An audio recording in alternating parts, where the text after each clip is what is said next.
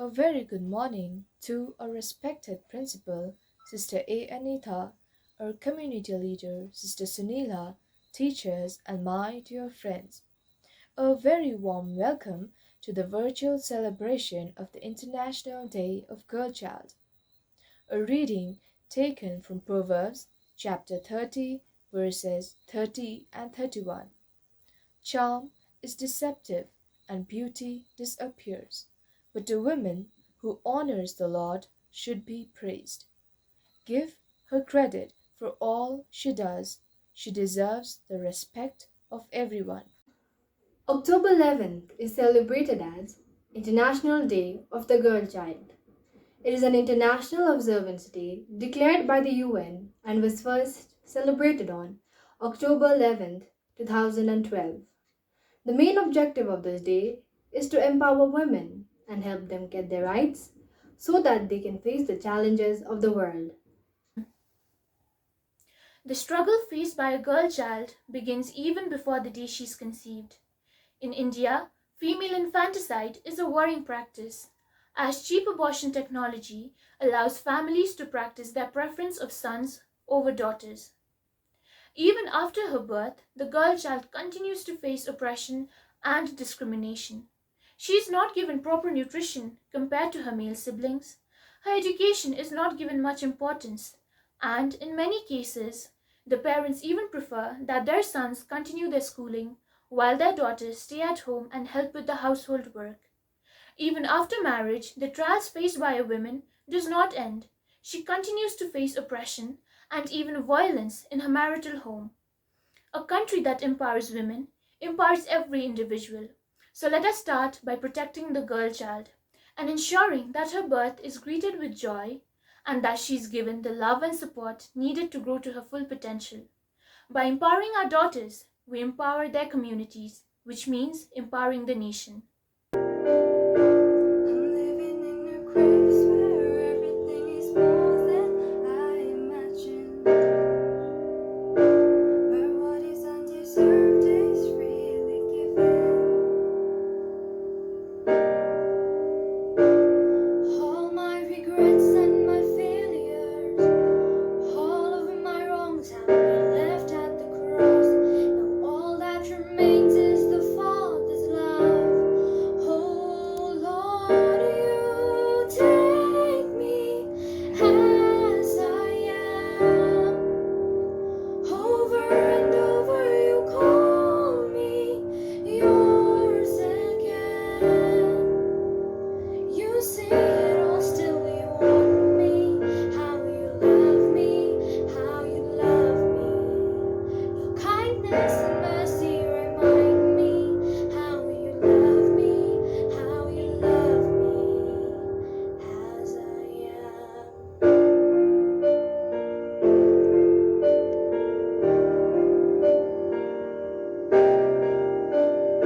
So let us be together, seated at your table in communion. Everyone is equal in your presence. 'Cause where I'm from or where I've been, the way that I lived or the color of skin, nothing will change how the Father loves me. Lord, you take me as I am. Over and over you call me yours again. You see it all, still you want me. How you love me, how you love me. Your kindness and mercy remind me how you love me, how you love me as I am.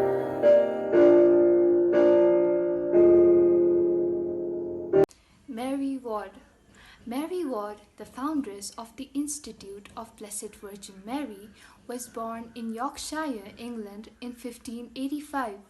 She grew up during the time when English Catholics were being persecuted for their faith. At the age of 15, she felt the call to become religious and left her home. She worked in disguise to preserve the Catholic faith and founded a community with active sisters and nuns at St. Omer in 1609, where she and her group educated young women and helped the persecuted Catholics. In 1909, the Church recognized Mary Ward as the Institute of the Blessed Virgin Mary and the Congregation of Jesus. Mary died in York in England in 1645. Mary was a pioneer for women's role in church ministry, where she was a woman ahead of her time. Mary Ward thus believed with all her heart that women in time to come will do much. Mother Frances Mary Theresa Ball. Frances Ball, the founder of the Irish branch of the Institute of the Blessed Virgin Mary, IBVM, was born into a wealthy Dublin family on 9th January 1794. At the age of 9 years, she was sent to school at the Bhole Convent, York, conducted by the English sisters of IBVM, who drew their inspiration from the spirit and ideals of Mary Ward. After finishing her school days, Frances returned to Dublin in 1808. She felt a deep desire to follow Christ in religious life. She trained as a religious of the IBVM so that she could make a foundation of the order in Ireland. She made her profession in 1816, taking the name of Mary Theresa. In 1822, she opened the first house of the Institute in Ireland.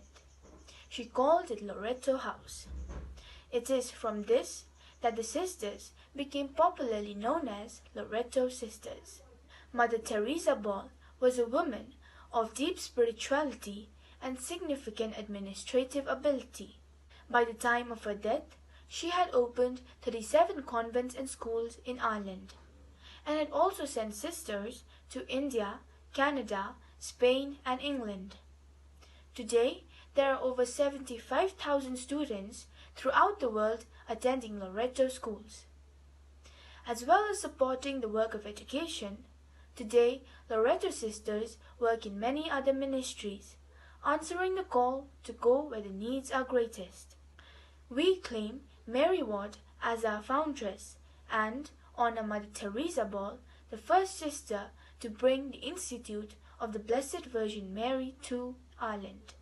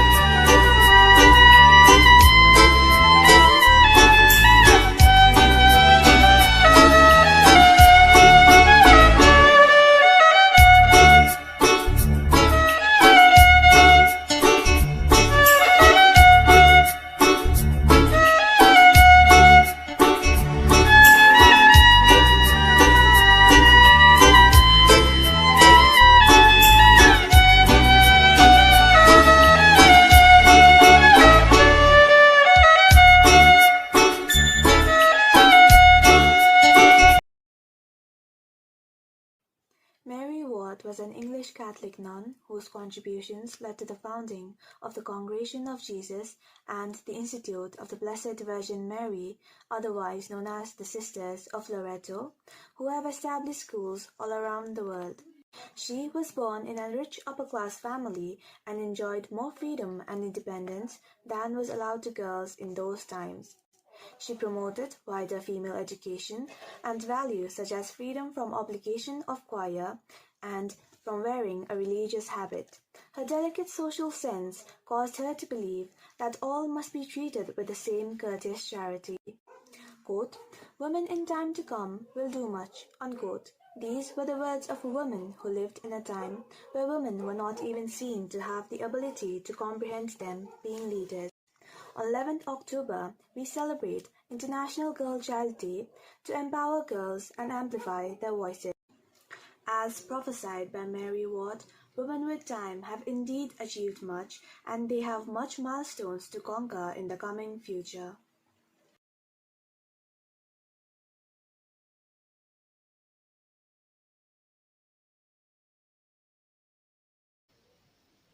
Now let us pray. Dear Lord, we pray for the women around the world. May your Holy Spirit reveal to women their value and purpose. We pray that women would respect each other and support one another. We pray that none of us would be caught in the traps of jealousy, comparison, strife with another, hatred, or any other issue of disunity. We pray that women would have compassion for each other. In Jesus' name, amen.